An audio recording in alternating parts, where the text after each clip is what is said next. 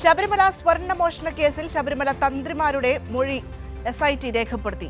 ഉണ്ണികൃഷ്ണൻ പോറ്റിയെ അറിയാമായിരുന്നുവെന്ന് തന്ത്രിമാർ മൊഴി നൽകി. എന്നാൽ സ്വർണ്ണപ്പാളിയിൽ അറ്റകുറ്റപ്പണി നടത്തുന്നതിന് അനുമതി നൽകിയത് ഉദ്യോഗസ്ഥർ പറഞ്ഞ പ്രകാരമെന്നും തന്ത്രിമാരുടെ മൊഴി. അതേസമയം കേസിലെ മുഖ്യപ്രതി ഉണ്ണികൃഷ്ണൻ പോറ്റി, സോണിയാഗാന്ധി ഉൾപ്പെടെയുള്ള മുതിർന്ന കോൺഗ്രസ് നേതാക്കൾക്കൊപ്പം നിൽക്കുന്ന ചിത്രങ്ങളും പുറത്തുവന്നു.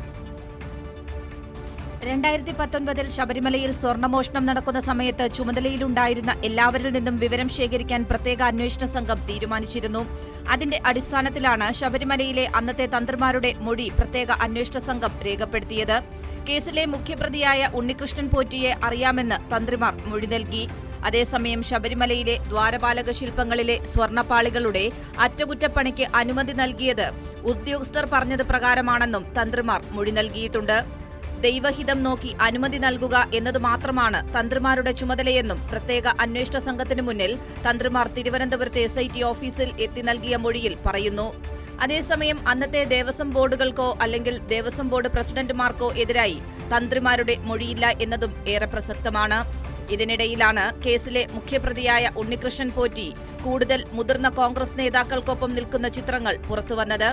വിവിധ സമയങ്ങളിലായി ദില്ലിയിലെത്തി സോണിയാഗാന്ധിയുമായി കൂടിക്കാഴ്ച നടത്തിയതിന്റെ ചിത്രങ്ങൾ സഹിതമാണ് പുറത്തുവന്നത്. അടൂർ പ്രകാശ് MPക്കൊപ്പമുള്ള ചിത്രങ്ങളും ഇതിലുണ്ട്. ഉണ്ണികൃഷ്ണൻ പോറ്റി ആഡംബര ജീവിതം നയിച്ചതിന്റെ ചിത്രങ്ങളും ഇതിൽ ഉൾപ്പെടുന്നു. കൈരളി ന്യൂസ്, തിരുവനന്തപുരം.